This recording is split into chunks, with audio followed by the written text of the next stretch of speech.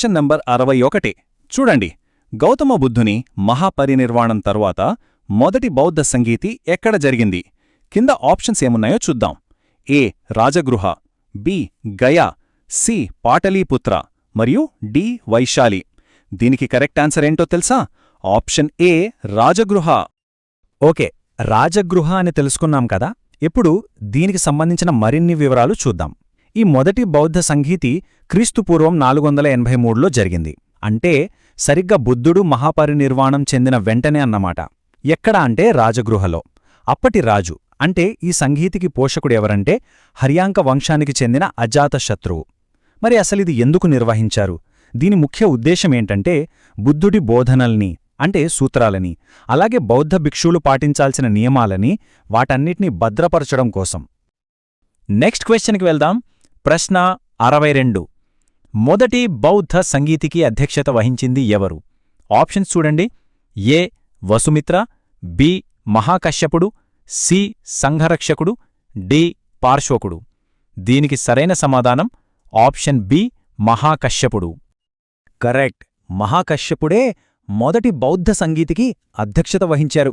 ఈ సంగీతి రాజగృహలోని సప్తపర్ణి గుహలో జరిగిందనమాట. ఇక్కడే బౌద్ధమతానికి చాలా ముఖ్యమైన పిటకాలు అంటే జ్ఞాన భాండాగారాలు అనే పవిత్ర గ్రంథాలు సంకలనం చేశారు.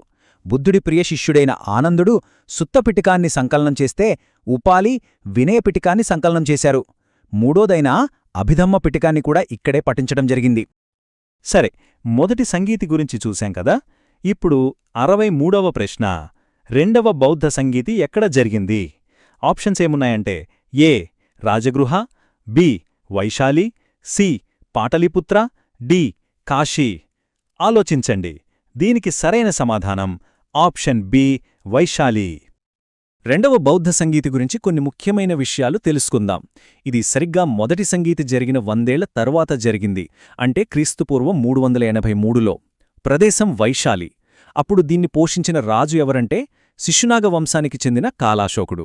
దీనికి అధ్యక్షత వహించింది Sabakami. Okay, next question number 64. మూడవ బౌద్ధ సంగీతి ఎక్కడ జరిగింది?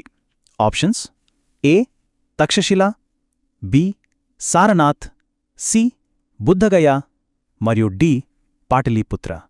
దీనికి సరైన జవాబు ఆప్షన్ డి పాటలీపుత్ర. మూడో బౌద్ధ సంగీతి గురించి చూస్తే ఇది క్రీస్తుపూర్వం 250లో పాటలీపుత్రంలో జరిగింది. దీని పోషకుడు ఎవరో కాదు, మనందరికీ తెలిసిన గొప్ప మౌర్య చక్రవర్తి అశోకుడు. దీనికి అధ్యక్షత వహించింది మొగ్గలిపుత్త తిస్స.